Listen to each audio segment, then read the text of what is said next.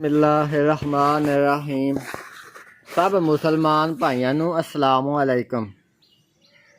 Punjabi channel ਪੈਂਡਾ हिकमत दा तो मुहम्मद ताहिर महमूद ਤੁਹਾਡੀ खिदमत ਵਿੱਚ पेश है। ਅੱਜ मैं ਤੁਹਾਨੂੰ ਭਾਈਆਂ ਨੂੰ ਨਿੰਮ ਦੇ ਬੂਟੇ ਦੇ ਮੁਤਲਕ ਨਿੰਮ ਦੇ ਦਰਖਤ ਦੇ ਮੁਤਲਕ ਕੁਝ ਮਾਲੂਮਾਤ ਦੇਣੀਆਂ।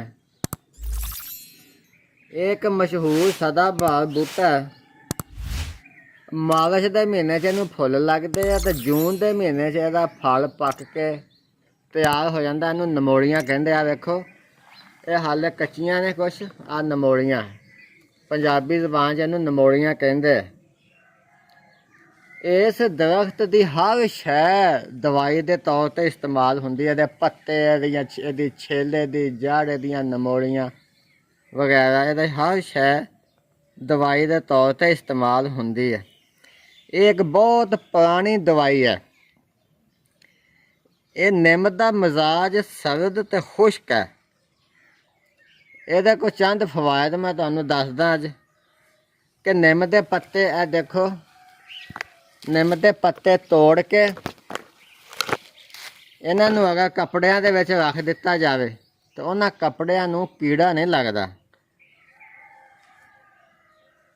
ਦੂਸਰਾ ਇਹਦਾ ਇਹ ਹੈ ਕਿ ਨਿੰਮ ਦੇ ਪੱਤੇ ਕੁੱਟ ਕੇ ਕੁੰਡੀ ਦੇ ਵਿੱਚ ਤੇ ਫਿਰ ਕਿਸੇ ਬਰਤਨ ਦੇ ਵਿੱਚ ਲੋਹੇ ਦੀ ਕੜਾਹੀ 'ਚ ਪਾ ਕੇ ਕੁਛ ਥੋੜ੍ਹਾ ਜਿਹਾ ਸਰੋਂ ਦਾ ਤੇਲ ਪਾ ਕੇ ਇਹਨੂੰ ਪਕਾ ਕੇ ਤੇ ਜਿਲਦ ਦੀਆਂ ਮਰਜ਼ਾਂ ਵਾਸਤੇ ਜਿਲਦ ਦੇ ਉੱਤੇ ਇਹਨੂੰ ਲਾਇਆ ਜਾਵੇ ਤੇ ਉਹ ਬਹੁਤ ਫਾਇਦਾ ਹੁੰਦਾ। ਫੋੜੇ ਫਿੰਸੀਆਂ 'ਤੇ ਬੰਨ੍ਹਿਆ ਜਾਂਦਾ ਹੈ। ਨਿੰਮ ਦੇ ਪੱਤਿਆਂ ਦਾ ਪਲਟਸ ਬਣਾ ਕੇ ਇੱਦਾਂ ਹੀ ਸਰੋਂ ਦੇ ਤੇਲ ਦੇ ਵਿੱਚ ਪਕਾ ਕੇ ਫੋੜੇ ਫਿੰਸੀਆਂ 'ਤੇ ਬੰਨ੍ਹਿਆ ਜਾਂਦਾ।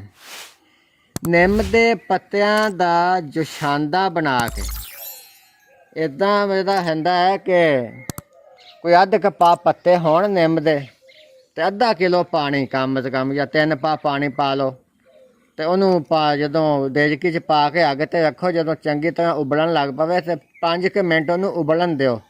ਢੱਕਣ ਉੱਤੇ ਬੰਦ ਹੀ ਰੱਖੋ। ਉਸ ਤੋਂ ਬਾਅਦ ਇਹਨੂੰ ਲਾਹ ਕੇ ਥੱਲੇ ਰੱਖ ਲਓ ਦੇਜਕੀ ਨੂੰ। ਅਤੇ ਜਦੋਂ ਹੌਲੀ ਹੌਲੀ ਇਹ ਠੰਡਾ ਹੋ ਜਾਵੇ ਪਾਣੀ, ਉਦੋਂ ਇਹਨੂੰ ਪੁਣ ਕੇ ਅਤੇ ਰੱਖ ਲਓ ਬੋਤਲ 'ਚ ਪਾ ਕੇ। ਅਤੇ ਇਸ ਪਾਣੀ ਦੇ ਨਾਲ ਜ਼ਖਮਾਂ ਨੂੰ ਧੋਇਆ ਜਾਵੇ ਤਾਂ ਜ਼ਖਮਾਂ ਨੂੰ ਫਾਇਦਾ ਹੁੰਦਾ। ਕੋਈ ਦਵਾਈ ਲਾਉਣ ਵਾਸਤੇ ਪਹਿਲੇ ਇਸ ਨਿੰਮ ਦੇ ਜੋਸ਼ਾਂਦੇ ਦੇ ਨਾਲ ਜ਼ਖਮਾਂ ਨੂੰ ਧੋ ਲਿਆ ਜਾਵੇ।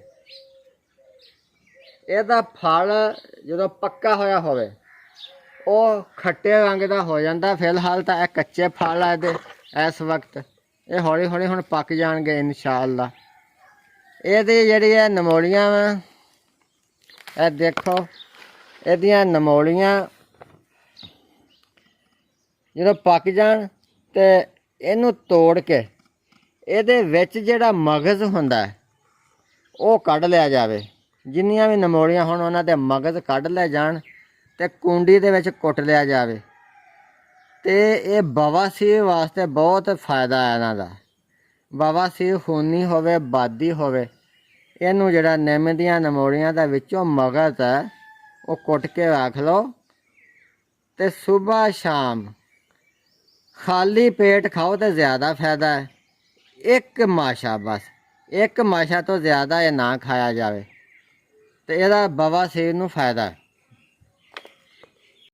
ਇਹ ਨਿੰਮ ਦੀਆਂ ਨਮੋਲੀਆਂ ਜਦੋਂ ਪੱਕ ਜਾਂਦੀਆਂ ਨੇ ਇਹਨਾਂ ਨੂੰ ਤੋੜ ਕੇ, ਫਿਲਹਾਲ ਤਾਂ ਕੱਚੀਆਂ, ਜਦੋਂ ਪੱਕ ਜਾਣਗੀਆਂ ਇਹਨਾਂ ਨੂੰ ਤੋੜ ਲਓ। ਤੋੜ ਕੇ ਅਤੇ ਛਾਂ 'ਤੇ ਸੁਕਾ ਲਓ। ਜਦੋਂ ਚੰਗੀ ਤਰ੍ਹਾਂ ਸੁੱਕ ਜਾਣ ਅਤੇ ਸਾਰੀਆਂ ਨਮੋਲੀਆਂ ਚੰਗੀ ਤਰ੍ਹਾਂ ਕੁੰਡੀ ਦੇ ਵਿੱਚ ਕੁੱਟ ਕੇ ਇਹਨਾਂ ਦਾ ਛਿਲਕਾ, ਇਹਨਾਂ ਦਾ ਮਗਜ਼, ਇਹਨਾਂ ਦਾ ਗੁੱਦਾ ਵਿੱਚ ਹੀ ਹੋਣਾ, ਸਭ ਕੁਛ ਕੁੱਟ ਕੇ ਫੂਫ ਬਣਾ ਲਓ ਅਤੇ ਉਹਦੇ ਕੈਪਸੂਲ ਭਰ ਲਓ ਜਾਂ ਗੋਲੀਆਂ ਬਣਾ ਲਓ। ਕੈਪਸੂਲ ਭਰਨ ਦੇ ਨਾਲ ਇਹ ਹੋਏਗਾ ਕਿ ਇਹਦੇ ਵਿੱਚ ਜਿਹੜਾ ਥੋੜ੍ਹਾ ਜਿਹਾ ਤੇਲ ਹੁੰਦਾ ਅਤੇ ਉਹ ਕੈਪਸੂਲ ਉਹਦੇ ਨਾਲ ਖ਼ਰਾਬ ਹੋ ਜਾਂਦੇ ਆ। ਅਤੇ ਇਹਦੀਆਂ ਗੋਲੀਆਂ ਬਣਾ ਲੈਣੀਆਂ ਬਿਹਤਰ ਆ। ਛੋਲਿਆਂ ਦੇ ਦਾਣੇ ਜਿੰਨੀ ਇਹ ਗੋਲੀਆਂ ਬਣਾ ਲਓ। ਸੁਬਾਹ, ਦੁਪਹਿਰ, ਸ਼ਾਮ ਇੱਕ ਇੱਕ ਗੋਲੀ ਖਾਓ ਅਤੇ ਮੁਸੱਫਾ ਖੂਨ ਹੈ, ਖੂਨ ਨੂੰ ਸਾਫ਼ ਕਰਨ ਵਾਸਤੇ, ਫੋੜੇ ਫਿੰਸੀਆਂ ਵਗੈਰਾ, ਉਹਦੇ ਵਾਸਤੇ ਬਹੁਤ ਫਾਇਦਾ ਹੈ। ਹਾਂਜੀ ਭਾਈਓ, ਵੀਡੀਓ ਤੁਸੀਂ ਸਾਡੀ ਵੇਖ ਲਈ ਹੈ।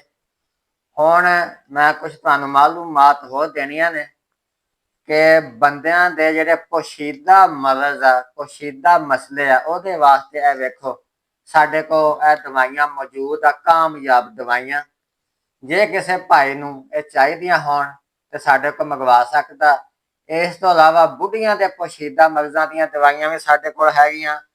ਮਿਹਦੇ ਦੇ ਮਰਜ਼, ਬਵਾਸੀਰ, ਦਿਮਾਗ ਦੇ ਤਮਾਮ ਮਰਜ਼, ਜੋੜਾਂ ਦਾ ਦਰਦ, ਕੈਂਸਰ, ਗੰਜ ਦਾ ਤੇਲ, ਗੰਦੇ ਖਰਾਬ ਜ਼ਖਮਾਂ ਦੀਆਂ ਵੀ ਕਾਮਯਾਬ ਦਵਾਈਆਂ ਸਾਡੇ ਕੋਲ ਹੈਗੀਆਂ।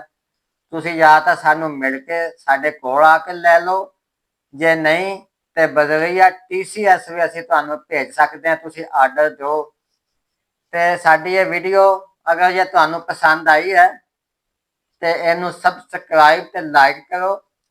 ਤੇ ਜੇ ਕਿਸੇ ਭਾਈ ਭੈਣ ਨੇ ਕੋਈ ਮਸ਼ਵਰਾ ਲੈਣਾ ਹੋਵੇ, ਕੋਈ ਗੱਲ ਪੁੱਛਣੀ ਹੋਵੇ, ਕੋਈ ਸਵਾਲ ਪੁੱਛਣਾ ਹੋਵੇ ਤੇ ਕਮੈਂਟ ਕਰੋ। ਆਖਰ ਤੇ ਐਲਾਨ ਸੁਣ ਲਓ ਕਿ ਮਿਰਜ਼ਾਈ ਜਾਂ ਮਿਰਜ਼ਾਈਆਂ ਵਰਗਾ ਮਜ਼ਹਬ ਰੱਖਣ ਵਾਲੇ ਮੇਰੇ ਨਾਲ ਬਿਲਕੁਲ ਰਾਬਤਾ ਨਾ ਕਰਨ। ਮੇਰੇ ਨਾਲ ਕਾਲ ਕਰਨ ਵਾਸਤੇ ਨੰਬਰ ਮੇਰਾ ਨੋਟ ਕਰ ਲਓ। ਹਕੀਮ ਮੁਹੰਮਦ ਤਾਹਿਰ ਮਹਿਮੂਦ 0310 80 36 552। ਇਹ ਜਿਸ ਕਿਸੇ ਭਾਈ ਨੇ ਕਾਲ ਕਰਕੇ ਕੋਈ ਗੱਲ ਪੁੱਛਣੀ ਹੋਵੇ ਇਸ ਨੰਬਰ ਤੇ ਮੈਨੂੰ ਕਾਲ ਕਰ ਸਕਦਾ, ਸੁਬਾਹ 7 ਵਜੇ ਤੋਂ ਲੈ ਕੇ ਸ਼ਾਮ 7 ਵਜੇ ਤੱਕ। ਇਸ ਤੋਂ ਇਲਾਵਾ ਜੇ ਕਿਸੇ ਨੇ WhatsApp ਤੇ ਰਾਬਤਾ ਕਰਨਾ ਹੋਵੇ, ਮੈਸੇਜ ਭੇਜਣਾ ਹੋਵੇ ਤਾਂ ਮੇਰਾ ਸਾਥੀ ਹੈ, ਉਹਦਾ ਨੰਬਰ ਹੈ WhatsApp ਨੰਬਰ, ਉਹ ਨੋਟ ਕਰ ਲਓ। ਉਹ ਵੀ ਸੁਬਾਹ 7 ਵਜੇ ਤੋਂ ਲੈ ਕੇ ਸ਼ਾਮ 7 ਵਜੇ ਤੱਕ ਉਹਨੂੰ ਤੁਸੀਂ ਮੈਸੇਜ ਕਰ ਸਕਦੇ ਹੋ। ਉਹ ਮੈਨੂੰ ਦੱਸ ਦੇਗਾ, ਉਹਦਾ ਜਵਾਬ ਵੀ ਤੁਹਾਨੂੰ ਦੇ ਦਿੱਤਾ ਜਾਏਗਾ। ਉਹ ਨੰਬਰ WhatsApp ਇਹ ਹੈ 0308 448 50 84। ਸਭ ਮੁਸਲਮਾਨ ਭਾਈਆਂ ਨੂੰ अस्सलाम वालेकुम।